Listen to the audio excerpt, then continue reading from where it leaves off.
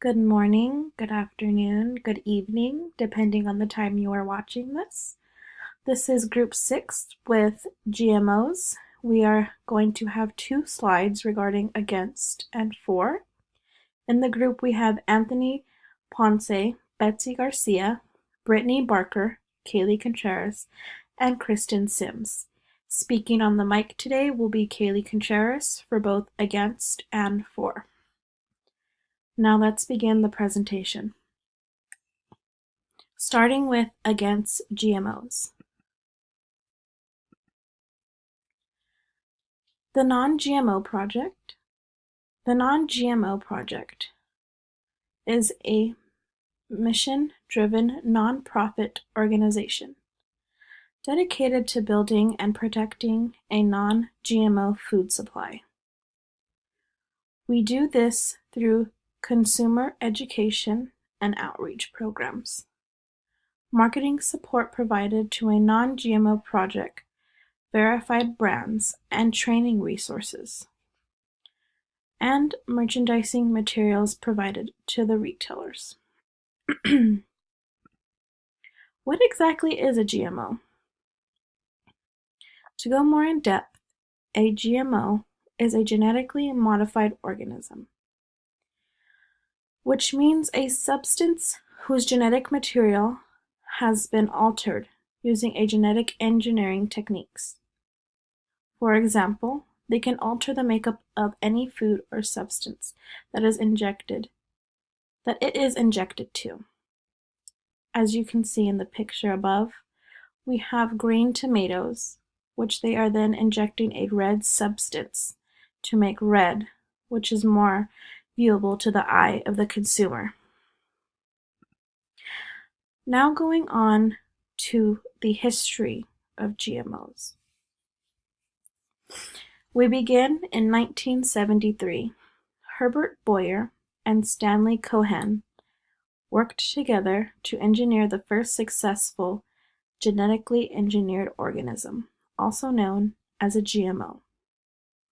The two scientists developed a method to successfully cut out a gene from one organism and paste it to another. They transferred a gene that encodes antibiotic resistance from one strand of bacteria into another, bestowing antibiotic resistance upon the recipient. In other words, they are taking a gene from a tomato and placing it in to a squash. That is just an example. Although this new technology opened up countless avenues of research possibilities, immediately after its development, the media, government officials, and scientists began to worry about the potential ramifications on human health and Earth's ecosystem. People were beginning to worry because it is not okay to change or alter, especially food that is being consumed by humans. Moving on, in 1980, the U.S. Supreme Court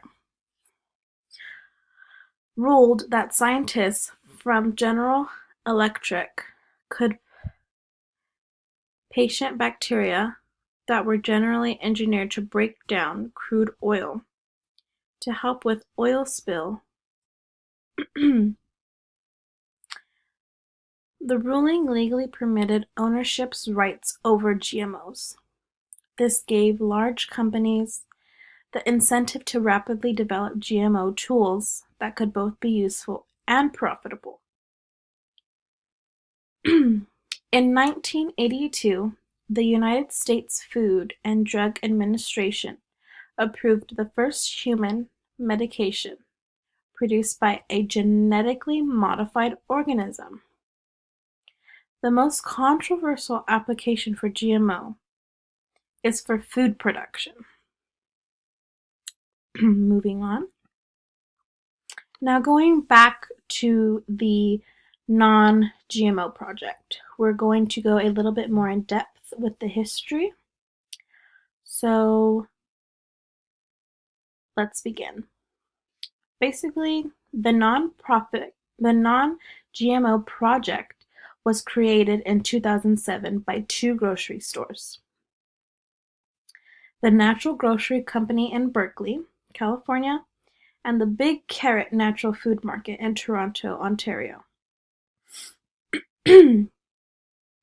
These two stores spent many years working diligently to provide their consumers with more information about GMOs.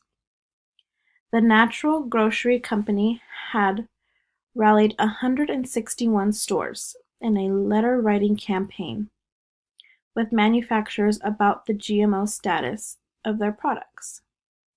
The Big Carrot Natural Food Market developed their own non-GMO purchasing policy after more than a year of research.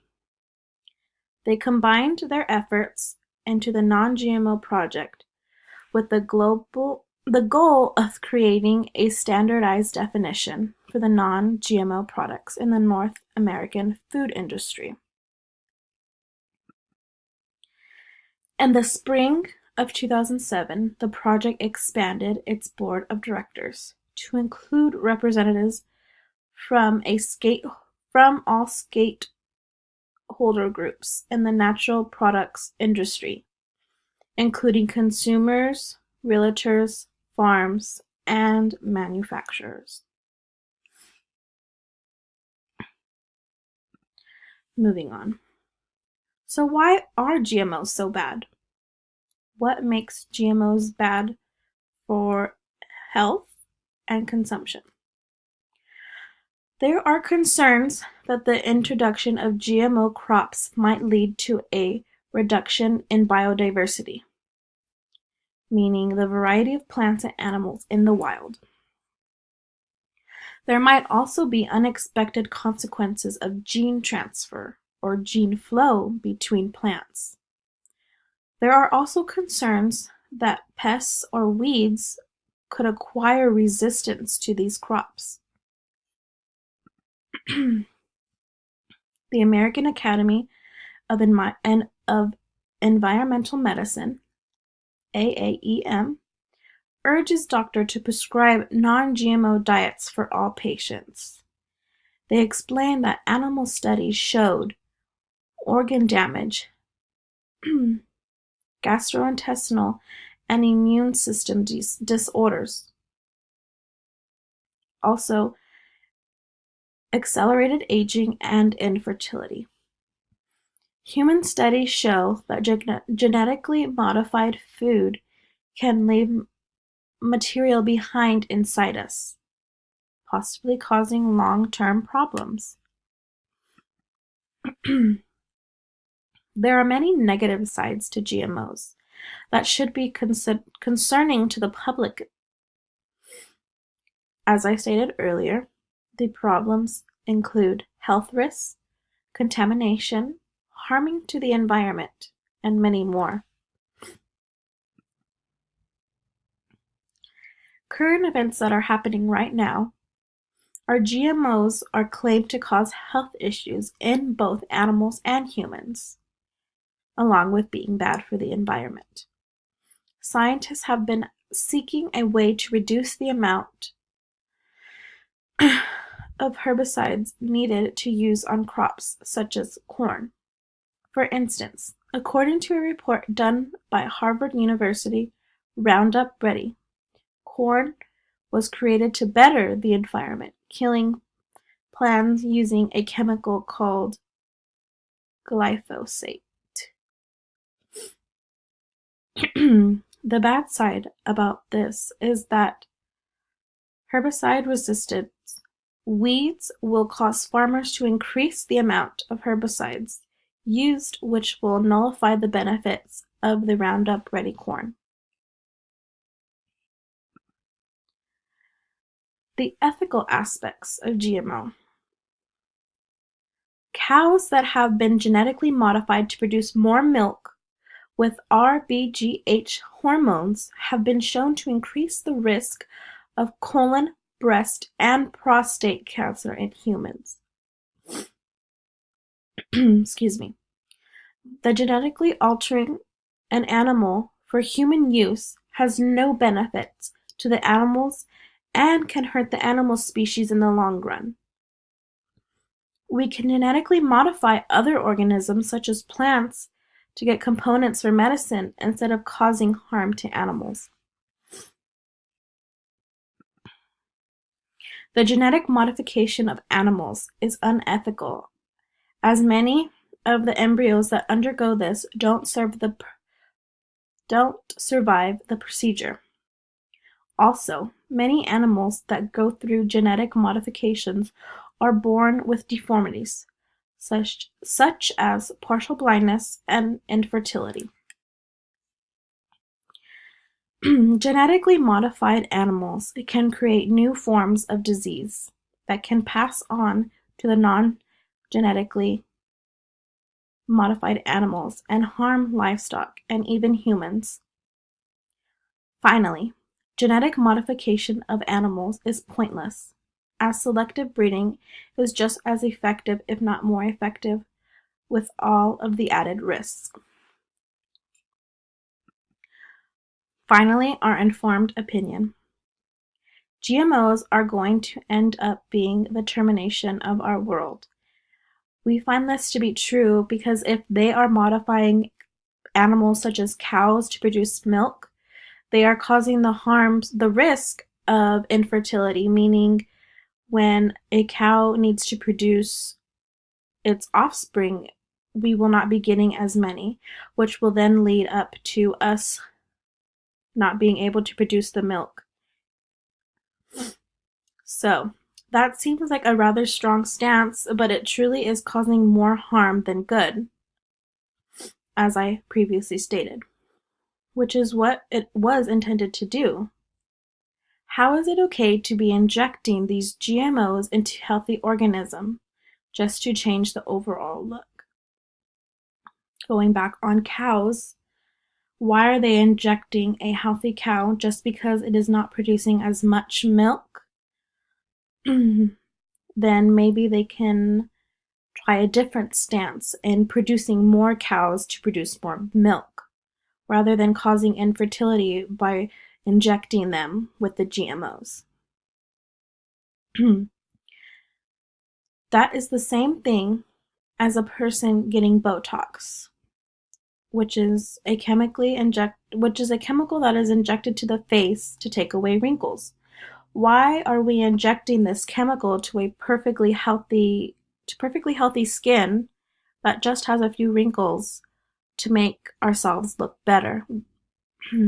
We're harming ourselves by injecting these chemicals into our body, which is another reason why we are against GMOs. GMOs are used to make things look better. Why does something that is nutritious for our body have to look good too? The phrase, "Don't judge a book by its cover," applies to people who think GMOs are necessary. On the side of this slide, we have a poem that we found that we would like to share as well. I do not want your GMO. I do not like you, Monsanto. I do not want them in my house. I saw what it did to that mouse. I would not eat them on a plane. No, no way. Do you think I'm insane? I will not eat them out of a box. I do not want to have to detox. I would rather eat green eggs and ham than be taken in by your GMO scam. Do a long-term study, then show it to me. Your GMO maize study was stopped at month 3. I do not like GMOs, can't you see? Label them, ban them, but don't give them to me. Thank you. This concludes our Against GMO presentation.